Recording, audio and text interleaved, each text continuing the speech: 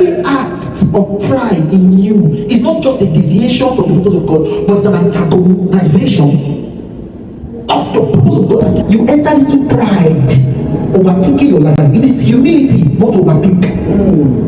The moment you begin to you become over careful. Remember, Eve was looking at the fruit and Satan was asking her, did God really tell you should not this fine fruit? She was considering it, she was overthinking it. Maybe she was even hungry. And then Satan spoke to her and said, God, it's not, this thing doesn't really hurt. And the simple act of eating. There are many people who are doing Yahoo today because they were just over considering, my mother, how will I make my mother proud? God actually designed that you be an apostle to the nations. But now you are a Yahoo boy. But nobody knows yet. The reason was because you enter into pride, overthinking your life. It is humility, not overthink. Do you understand what I'm saying? Yes, sir. Not consider the fact that you need to rent house, you need to buy food, you need to have what the Bible says, even that anxiousness.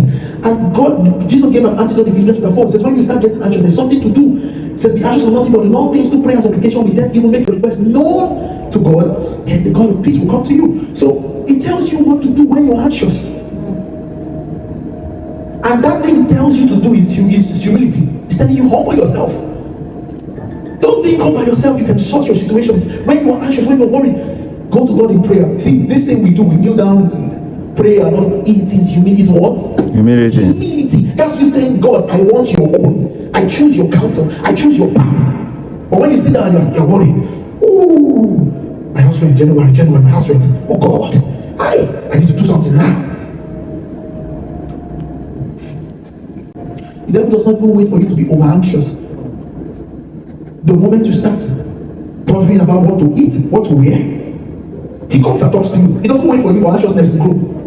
If you did it to Jesus, who do you think you are? Oh, Jesus was hungry in the wilderness, and immediately Satan noticed Jesus was already hungry. He came and started talking to Jesus. So turn the stone to bread. And if Jesus turned the stone to bread, he would have been, it's not a bad thing to turn stone to bread. Is it a sin? But when it's put side by side with the plan of God for his life, it becomes a sin. There are many things that people do that is biblically not a sin, but it put side by side with God's purpose for you. That's pride. It's called a sin of pride. You went on your own to do it. God did not ask you to do it. That's why many Christians struggle. That's why many believers pray and fast and they say there is no answer. It's not that God is not answering. You already deviated.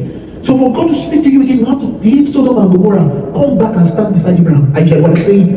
As humility causes you to be aligned to God's agenda, pride causes you to fight God's agenda. So the moment Lucifer conceived in his heart to become like God, he was already fighting God's purpose.